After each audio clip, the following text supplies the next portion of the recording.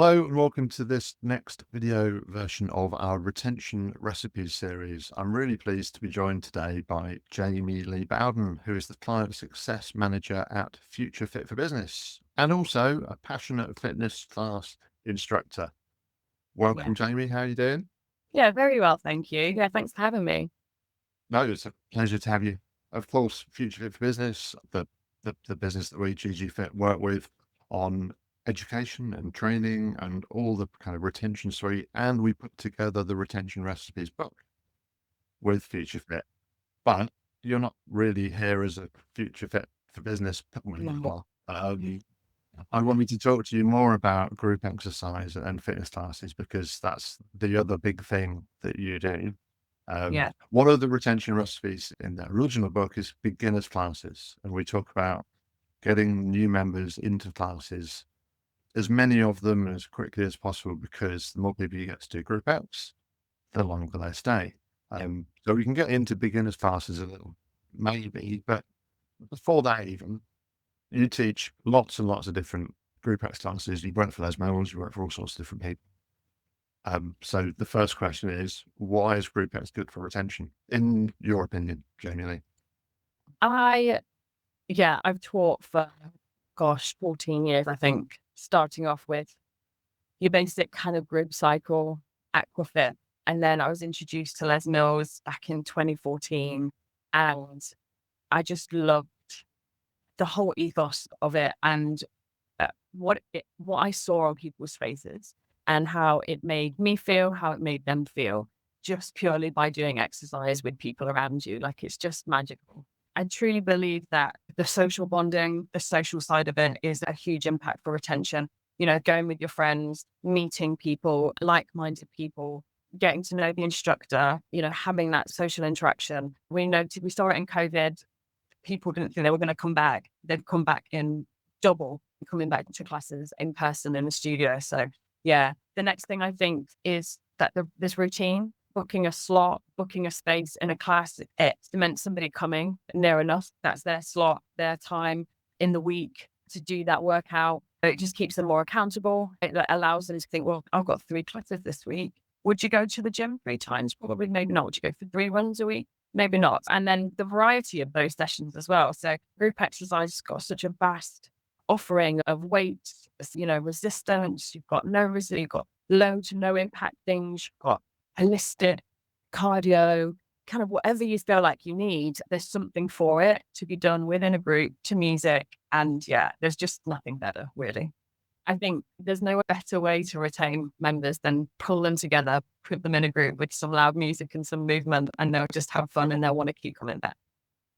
Absolutely. And you've summarized it really well. And I think that, yeah, the interaction, you're always getting an interaction. Yeah. As you say, you're booking a time, and yeah, you might get an interaction if you go to the gym. If you go to a good gym, then, someone will say hello to you at some point.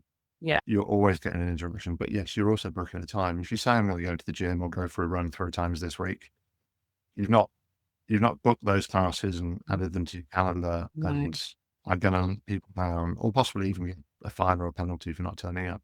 that's it. Um, but yeah, the progression and the fun and the difference. I don't think there's any class that I've been to where there's exercises I love, but there's Mhm. also exercises I hate. But I'm doing them all because it's part of the classroom. Exactly right. So training all the different parts that need training.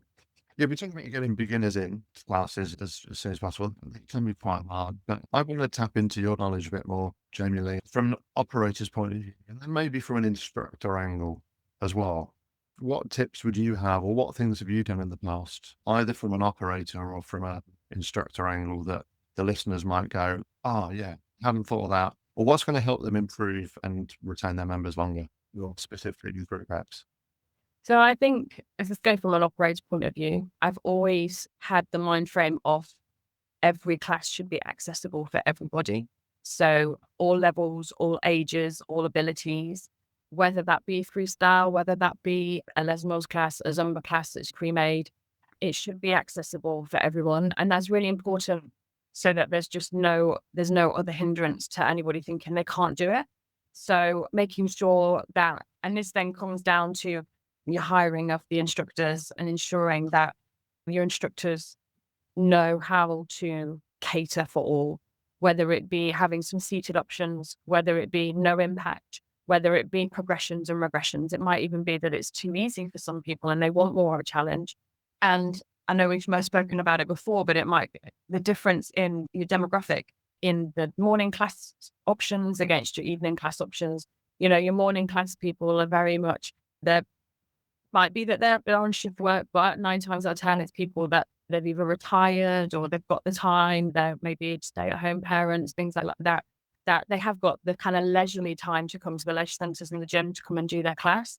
Whereas your people in the evenings, they've just finished a hard day of work. They just want to get in, get it done, go as hard and as strong as they can, and then get out and get home to be with their family and friends. So we've got differences, and it's really important to understand that that everybody can still come to those, but it's ensuring that the instructors are able to cater for that.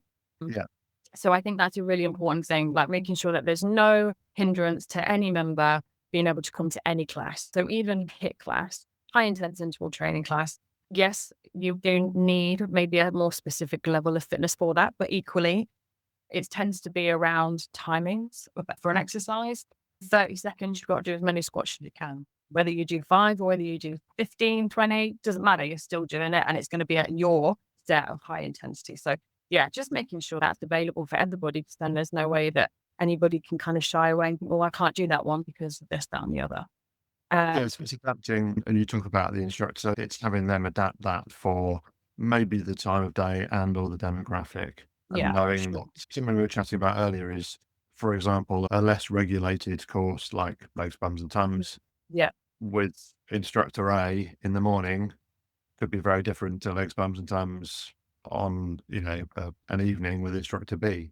yeah, for Um, sure. and Yeah, an understanding that, a member who normally goes to class A then goes along to class B, and they could get a bit of a shock. Not just yeah, because it's a different instructor, because although it's still called legs, bums and tums, yeah. it's quite a different class. It is, yeah, absolutely. And I suppose that's then where my next thing that I ensured that I did in operations was, so we're always tasked on looking at the timetables and the success of classes by occupancy, which absolutely, obviously the busier the class, absolutely.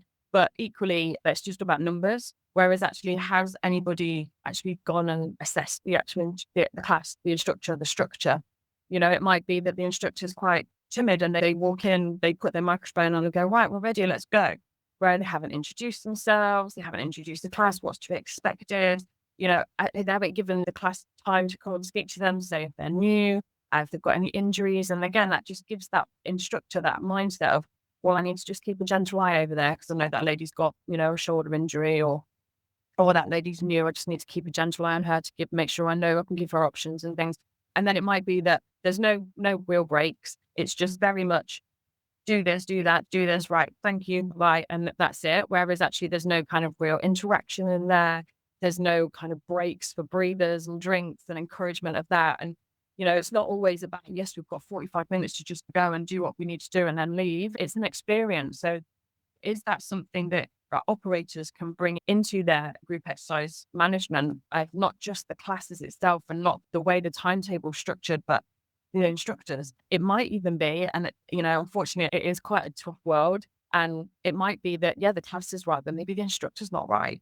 And it might Mm. be that there might need to be some form of change there, or of course, upskilling, training, and helping that instructor get them working a little bit better and however you require. So yeah, there's that, just because they're a group exercise instructor and most operators, they're self-employed, they're still staff. So they should still sit underneath your remit of wanting to make them better for your center, for your company, and ultimately for your members to then retain them to keep coming back. Yeah, so, Um, so, so yeah, so from we're going into instructors, but from an operator point of view, it is that assessment and probably quarterly or even 6 monthly yeah, yeah, checking yeah, as you used to do. So presumably you'd go into the class, you'd do the class, and there'd be some feedback, hopefully some positives, but also some yeah. like to see you do this more. But the operator needs to understand what's going on in those classes and then support those instructors, right? Yeah, Absolutely. Yeah. Absolutely. Which And leads on to, so what about instructors? What would be your, if there's any GroupX instructors or fitness instructor managers yeah, watching this, so what should they be doing? definitely, they should embrace walking into that studio. So whatever's been happening in their own day, this hour, this session is not for you as an instructor, it's for the people in front of you. So whether you've had a rubbish day, whether you are feeling tired, does not matter. You walk into that studio and you give your all in how you present yourself, how you present and support the company, the studio, the atmosphere. And yeah, you kind of give it your all without it being your own workout. It's all about making sure that everybody knows who you are. You try your best. And this is one thing that I am. Me and names just don't really don't go together. So I'm awful at it. But yeah, like get to know people's names, get to know what they do on a daily basis, making sure that, you're there ready for them rather than you turning up 5 minutes to go, rushing around to get your mic on, get all your music set up, get your body comp set up. Make sure you're already ready in the studio by the time people are turning up so that you can say hello and you can have a little chat. And as people are coming in, progressing to kind of get set up, you could come over the mic and introduce yourself to everybody. Make sure you're having a good day, whether, if there is any injuries, if there is anybody new, because there is nothing worse than we're ready to go. Can I just ask everybody if there's anybody new? And there's somebody that's new in a room of 40 people, they're not going to want to put their hand up and have everybody then stare at them. So give people the opportunity to come to you one-on-one before, whether it be that they're brand new, whether that be that they've got an injury or they've got, something's not quite right today. I'm just going to do this instead. Fine, perfect. As long as, again, it's just for you to know that somebody's got something that you just need to keep a gentle eye on, and you can work with that throughout the class. And it might be something that somebody's maybe not said that they've got an injury to their leg, so they can't do lunges. Somebody's already come and told me that on the other side of the room. This person's not going to do lunges, they're going to do squats instead. But then that person over there think, oh, that person is doing squats, so maybe I could do that. And again, that gives you as another idea for coaching the room. If you're struggling with lunges, do squats. You're still going to work your legs just as good. So it's just making sure that everyone, very similar to from a rock rope point of view, to make sure everyone's successful in your room and in your class. It's all about them. Yeah, So, I love that idea of if someone's you're not pointing out the injury necessarily, but you say it's not directed to one person. For example, you're doing lunges rather than squats. But if anyone else wants to try that, they can. Well, absolutely. And I think they're getting there. A couple of classes I go to, the instructors are nearly always there, and she's so apologetic when something went wrong with traffic. There's nothing worse. But 10 minutes before, and it's that repeated, if there's anyone, it's not like you get in my phone. If there's anyone new, let us know. That's it. It's because there's people coming in all the time. And there's the annoying people who do come in, after the class has started. But that can't be the instructor. You've got to be there 10 minutes before. You've got to be there 10 minutes after as well, right? To carry on those chats. Yeah, sure. Have the people who didn't have the confidence to put their hand up at the start. And also, what we were chatting last week with Sam about feedback. I guess by staying 10 minutes later, you'll hopefully get some feedback as well. Yeah. I always ask for feedback. Even after all this time, there is nothing better than feedback. And from an instructor point of view, you can get that from people 100%. But from the land of Les Mills, we do a lot of what's called self-reflection and self-review. So we're encouraged to film ourselves once a quarter or so in each of our programs or each of our classes, just so that you can then rewatch it. And there's 3 different ways you can watch it. You can watch it and listen to it, so you can see and hear everything that's going on. Then you can turn the screen away and just listen to what you say, and then you can then mute it, and then you can just watch yourself. And I think no one's going to get it perfect. There'll be times where you're too quiet. There'll be times where, I should have said that instead of that. Or there'll be things that you say that you've repeated and repeated and repeated. So it's time to shut up and just let the music talk. Whereas equally, when you're looking at it, you might think, oh, my clean and press is great, or my kick and my punch in combat is great. But actually, there's technique issues that you need to then work on. So self-review is a really powerful thing, not just you can't hide from it, where, people can be like, oh yeah, that was really good, thank you. And then walk away and say, well, actually, I could have done that better or whatever. Whereas there's no hiding in front of the camera. So I always encourage my instructors at my previous place to try and to self-review. You can get feedback officially from Les Mills and actually send in what's called a grade review. So Les Mills assess you, and you get a grade from like 1 to 10. Yeah. Or equally, I'm an instructor coach for Les Mills as well. So that allowed me to be able to sit in to my instructors as well. And yeah, would review the class and the structure and stuff, but also would be able to give them feedback on their technique and their coaching and their presence and performance. So yeah, some of the real main key elements to it, really. Perfect. So yeah, I mean, getting feedback from members is great because it's just going to make your day go better. The more you ask for it, the more good Yeah. stuff you'll get. Yeah, And I sure. always say this, and I think people are coming around more to the idea of asking or requesting more feedback because you'll get more good stuff. You'll get a little bit of bad stuff as well, but better to Okay. have the bad stuff That's you learn and how you adapt, than isn't it? not.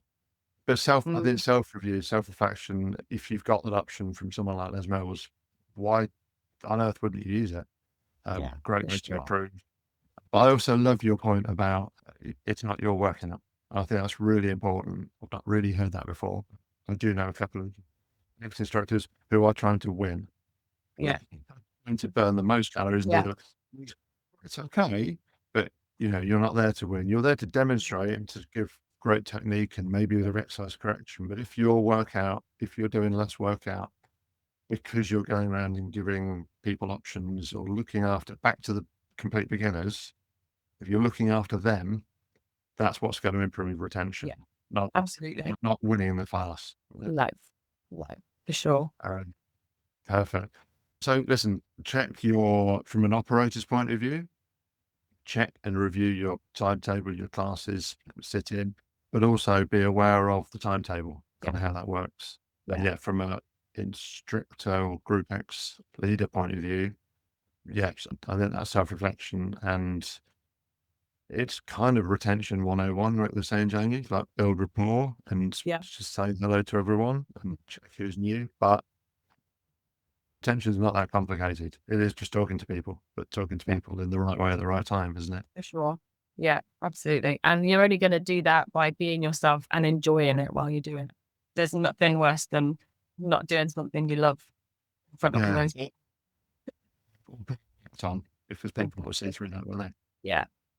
Yeah, perfect. And well, listen, I knew this would be a slightly longer episode than some of the others because there's so much to get into. Maybe we'll do another version of it. Amazing. I'm more than happy. Yeah, there'll be some stuff on Zone as well, which it's fab resource for all this kind of stuff. But for now, Jamie, thank you so much for your time. If people want to connect with you, LinkedIn probably. Yeah. Just Jamie Lee Bowden. And then I've got Instagram as well. So I've got a Jamie Lee GEX is my fitness page. So feel free to follow me along. Perfect. We'll put a link to that in the notes. Thanks, Amazing. Jamie, and look forward to catching up with you again soon. Thanks, guys. Take care.